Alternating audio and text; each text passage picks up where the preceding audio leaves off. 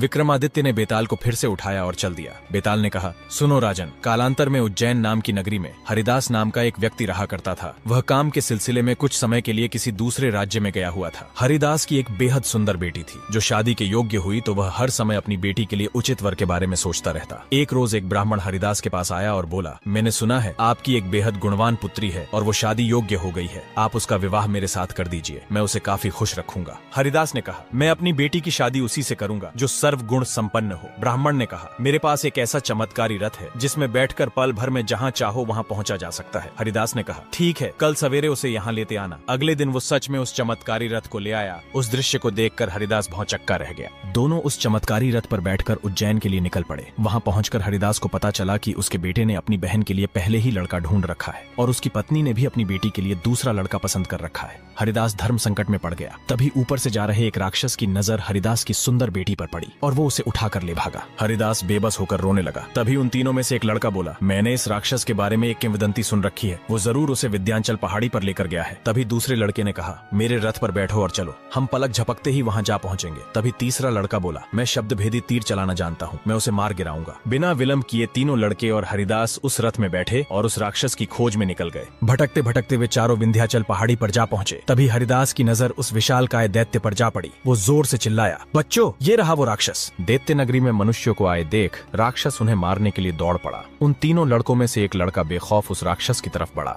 और शब्द भेदी बाण के एक ही वार से उस विशालकाय राक्षस को धराशाही कर दिया और उस लड़की को साथ लेकर सभी सकुशल उज्जैन लौट आए। इतना कहकर बेताल बोला, हे राजन, बताओ वह लड़की उन तीनों में से किसको मिलनी चाहिए? विक्रमादित्य ने कहा, जिसने राक्षस को मारा उसको मिलनी चाहिए, क्योंकि असली वीरता तो उसी ने दिखाई, बाकी दो ने तो मदद की। राजा का इतना कहना था कि बेताल फिर पेड़ पर जा लटका। क्यों दो योद्धाओं ने अपने सर काटकर माँ के चरणों में रख दिए। विक्रमादित्य ने बेताल को फिर से उठाया और चल दिया। बेताल ने कहा, सुनो राजन, बहुत समय पहले की बात है। कालांतर में एक राजकुमार अपने मित्र के साथ दूसरे राज्यों के भ्रमण पर निकला था। राजकुमार अपने मित्र के साथ घूमते घूमते शिवपुरी नामक नगर में जा पहुंचा। तभी उन्हें वहां देवी का एक मंदिर दिखाई दिया। दोनों ने देवी को प्रणाम किया। उसी समय राजकुमार को एक बेहद सुंदर राजकुमारी दिखाई दी। उसे देखकर वह इतना पागल हो गया कि उसने मंदिर में जाकर देवी से प्रार्थना की, हे देवी, ये लड़की मुझे मिल जाए। अगर मिल गई तो मैं अपना शीश काटकर आपके चरणों में अर्पित कर दूंगा। दोनों मित्र वापस अपने राज्य को लौट आए, मगर राजकुमार हर घड़ी बेचैन रहने लगा। एक रोज राजकुमार के मित्र ने उसके पिता से सारा हाल कह सुनाया। अपने बेटे का यह हाल देखकर राजा दूसरे राज्य गए और राजकुमारी के पिता से बात करके उन्हें शादी हेतु मना लिया और दोनों की शादी हो गई। विवाह के कुछ दिन उपरांत लड़की के पिता के यहाँ एक उत्सव था। उसमें शामिल होने के लिए राजकुमार के पास न्योता आया। राजकुमार अपने मित्र और पत्नी को साथ लेकर उत्सव देखने हेतु निकल पड़े। रास्ते में राजकुमार को वो देवी का मंदिर दिखाई दिया।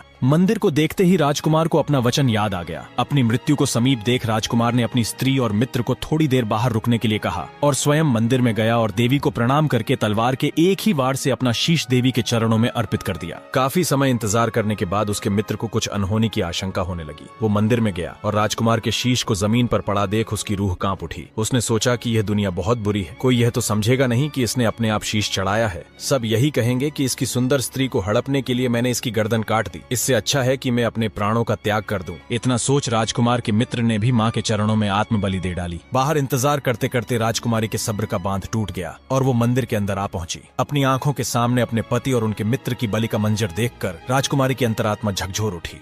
जब राजकुमारी ने अपना होश संभाला तो उसे ज्ञात हुआ कि यदि किसी ने मुझे यहाँ देख लिया तो सब कहेंगे कि इस दुष्ट औरत ने इन दोनों को मौत के घाट उतार दिया। इस बदनामी से तो मर जाना उचित है। यह सोच राजकुमारी ने तलवार उठाई ही थी कि स्वयं माँ भवानी वहाँ प्रकट हो गई और राजकुमारी का हाथ पकड़कर कहा, मैं तुम पर प्रसन्न हूँ, जो चाहो सो मांगो पुत्री। राजकुमारी बोली, हे देवी, इन दोनों को जिंदा कर दीजिए। देवी ने कहा, अच्छा ठीक है, तुम दोनों के सर मिलाकर रख दो। घबराहट में राजकुमारी ने सर रखे तो गलती से एक का सर दूसरे के धड़ पर लगा दिया। देवी के आशीर्वाद स्वरूप दोनों जीवित हो उठे। तभी वे दोनों आपस में झगड़ने लगे। एक कहता कि यह मेरी पत्नी है तो दूसरा कहता कि नहीं, ये मेरी पत्नी है। बेताल बोला, हे राजन, बताओ कि यह स्त्री किसकी पत्नी होनी चाहिए? राजा ने कहा, नदियों में गंगा उत्तम, पर्वतों में सुमेरु, वृक्ष में कल्प वृक्ष और अंगों में शीश, इसलिए जिस शरीर पर पति का सर लगा हो वही उसका पति होना चाहिए। इतना सुनते ही बेताल फिर से पेड़ पर जा लटका।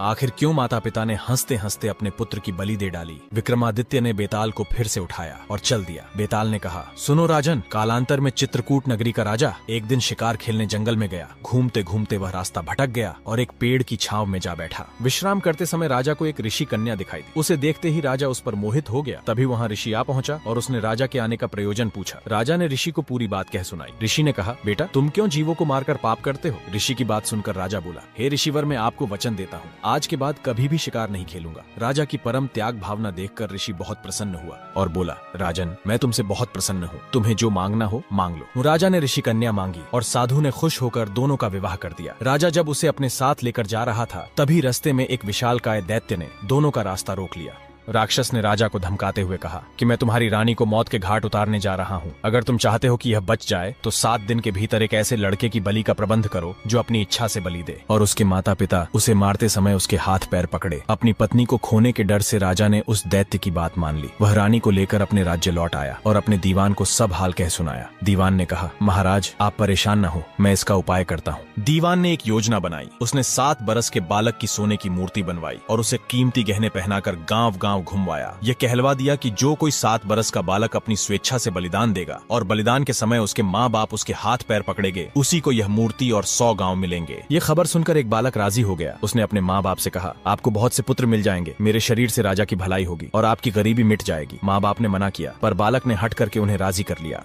माता पिता अपने पुत्र की बलि देने के लिए उसे राजा के पास ले गए। राजा उन सबको लेकर जंगल में राक्षस के पास गया। राक्षस के सामने माता पिता ने बालक के हाथ पैर पकड़े और राजा ने तलवार उठाकर बालक की बलि देनी चाहिए। उसी समय बालक बड़े जोर से हंस पड़ा। इतना कहकर बेताल बोला, हे राजन, बताओ कि वह बालक क्यों हंसा? विक्रमादित्य ने कहा, क्योंकि डर के समय हर आदमी रक्षा के लिए अपने माँ बाप को पुकारता है। माता पिता न हो तो पीड़ितों की मदद राजा करता है। राजा न कर सके तो आदमी देवता को याद करता है। पर यहाँ तो कोई भी बालक के साथ न था। माँ बाप हाथ पकड़े हुए थे। राजा तलवार लिए खड़ा था और राक्षस भक्षक हो रहा था। लड़का परोपकार के लिए अपने शरीर का त्याग कर रहा था। इसी हर्ष और अचरज से वह हंस पड़ा। इतना सुनते ही बेताल अंतर्ध्यान हो गया और वापस पेड़ पर जा लटका। विक्रमादित्य ने बेताल को फिर से उठाया और चल दिया। बेताल ने कहा, हे राजन, मुझे इस बात की बड़ी खुशी है कि बिना जरा सा भी हैरान हुए तुम मेरे सवालों का जवाब देते रहे हो और बार बार आने जाने की परेशानी उठा रहे हो। आज मैं तुमसे एक बहुत भारी सवाल करूंगा, तो सोचकर उत्तर देना। हे राजन, कालांतर में इंद्रप्रस्थ नाम के एक राज्य में मांडलिक नाम का राजा राज करता था, लेकिन पारिवारिक षड्यंत्रों के चलते उसके भाइयों ने उसका साम्राज्य छीन लिया और राजा को देश निकाला दे दिया। राजा अपनी पत्नी और राजकुमारी को लेकर जंगल से गुजर रहा था। तभी वहाँ पर आदिवासियों का एक क्षेत्र आया।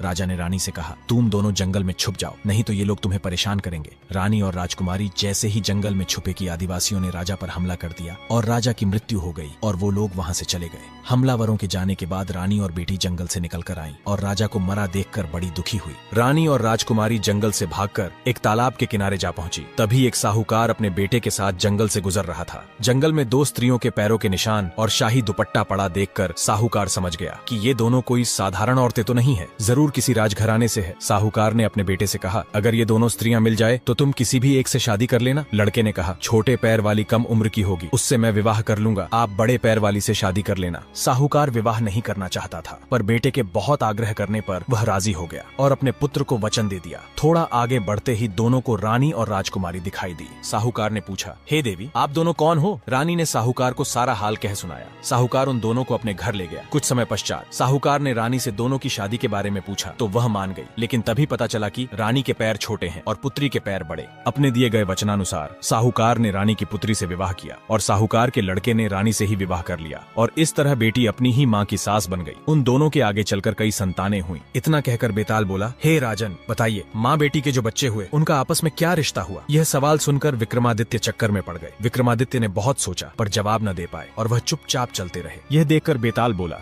राजन, कोई बात नहीं, मैं तुम्हारे धैर्य और पराक्रम से बहुत खुश हूँ। मैं अब इस मुर्दे से निकल रहा हूँ, तुम इसे योगी के पास ले जाओ। जब वह तुम्हें इस मुर्दे को सर झुकाकर प्रणाम करने को कहे तो तुम कह देना कि पहले आप करके दिखाओ। जब वह सर झुकाए तो तुम उसका सर काट लेना। अगर तुमने सर नहीं काटा तो वह तुम्हारा सर काटकर और भी अधिक शक्तिशाली हो जाएगा। इतना कहकर बेताल चला गया और विक्रमादित्य उस मुर्दे को लेकर साधु के पास आ पहुंचा। साधु विक्रमादित्य और मुर्दे को देखकर बहुत प्रसन्न हुआ और बोला, हे राजन, आपने यह असंभव कार्य करके मेरे ऊपर बहुत बड़ा उपकार किया है। अब मुझे विश्वास हो गया है कि आप सभी राजाओं में श्रेष्ठ हो। इतना कहकर साधु ने मुर्दे को स्नान कराकर फूलों की मालाओं से सजाकर रख दिया। फिर मंत्र बल से बेताल का आवाहन किया और उसकी पूजा की। पूजा के पश्चात उसने विक्रमादित्य से कहा, हे राजन, तुम शीश झुकाकर इसे प्रणाम करो। विक्रमादित्य को बेताल की बात याद आ गई। उन्होंने कहा, मैं राजा हूँ, मैंने कभी किसी के आगे सर नहीं झुकाया है, पहले आप सर झुकाकर बता दीजिए। साधु ने जैसे ही सर झुकाया, विक्रमादित्य ने तलवार के एक ही वार से उसका सर धड़ से अलग कर दिया। कपटी साधु का अंत देखकर बेताल बड़ा खुश हुआ। बेताल बोला, हे राजन, यह साधु विद्याधरों का स्वामी बनना चाहता था, अब तुम बनोगे। मैंने तुम्हें बहुत परेशान किया है, अब तुम जो चाहो वो मांग सकते हो। विक्रमादित्य ने बेताल से कहा, अगर आप मुझसे खुश हो तो ये जो कहानियां आपने मुझे सुनाई, ये सारे संसार में प्रसिद्ध हो जाए और लोग इन्हें बड़े आदर से सुने। बेताल ने कहा, ऐसा ही होगा। ये कथाएं बेताल पच्चीसी के नाम से मशहूर होंगी और जो कोई इन्हें सुनेगा उनके सभी पाप दूर हो जाएंगे। इतना कहकर बेताल चला गया। तभी भगवान शिवजी ने वहां प्रकट होकर कहा, हे राजन, तुमने अच्छा किया जो इस दुष्ट साधु को मृत्यु के घाट उतार दिया। मैं तुम्हें वरदान देता हूँ, अब तुम 7 द्वीपों और पाताल सहित सारी पृथ्वी पर राज करोगे। इतना कहकर शिवजी अंतर्धान हो गए। विक्रमादित्य शमशान से अपने नगर लौट आए और कुछ समय बीत जाने के बाद विक्रमादित्य पूरी धरती के राजा बन गए।